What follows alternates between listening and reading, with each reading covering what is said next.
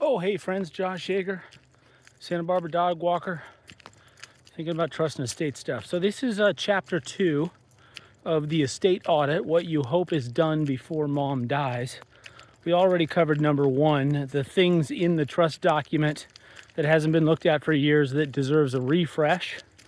Number 2, what we're going to cover today is the balance sheet.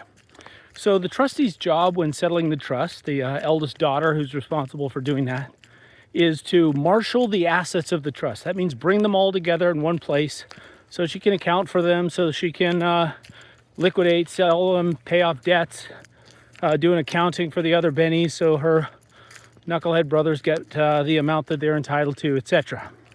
That's usually a 6-month to 1-year process depending on the size of the trust and the complexity.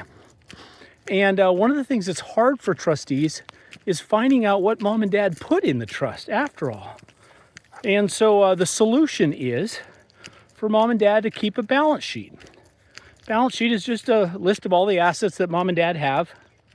Yeah, you know, the checking accounts and the CDs and the brokerage accounts and the life insurance policy and the rental house and the deed to their house. Just a long list of stuff that mom and dad have. And best practice would be to write that down, then also have a source of truth for each one of the items that is on the balance sheet.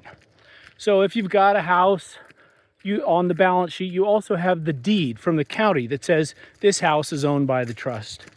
Or if you've got an IRA at Fidelity, you got a statement from the investment place saying what the account number is and who the contact guy is and who the beneficiary is. So that's supporting data or source of truth. So as mom and dad get a little bit older and the day comes when their trust needs to be administered, a best practice is to once a year sit down and say, hey, mom and dad, let's do a quick refresh. Grab a recent statement. It doesn't have to be like yesterday, but I usually do the year-end statements. Got a lot of good data on it. Pull a deed on any real estate, make sure it's in the trust.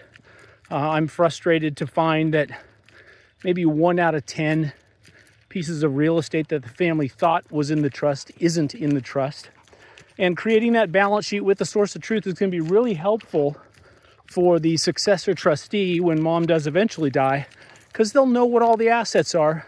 They won't have the complexity of trying to figure out what the trust holds simply by looking through the mail and trying to figure out what statements mom or dad are getting. So that's the second element of the estate audit. More to come.